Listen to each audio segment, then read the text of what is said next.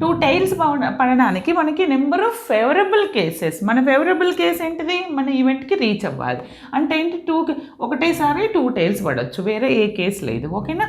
ఇప్పుడు నేను probability P of E2 ఏమవుతుంది చెప్పండి. P of E2 is nothing but number of E2 upon number of S, which is nothing but 1/4. Is it clear?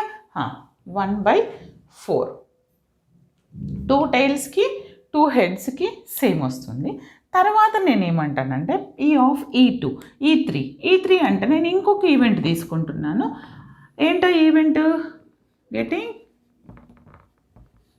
1 head. ఒకటే head పడే chances. ఒకటే head అంటే ఇప్పుడు నేను ఏమంటానంటే 1 హెడ్, కంపల్సరీ 1 హెడ్ ఉండాలి, నాట్ మోర్ దెన్ 1 అయినా ఉండొచ్చు. అంటే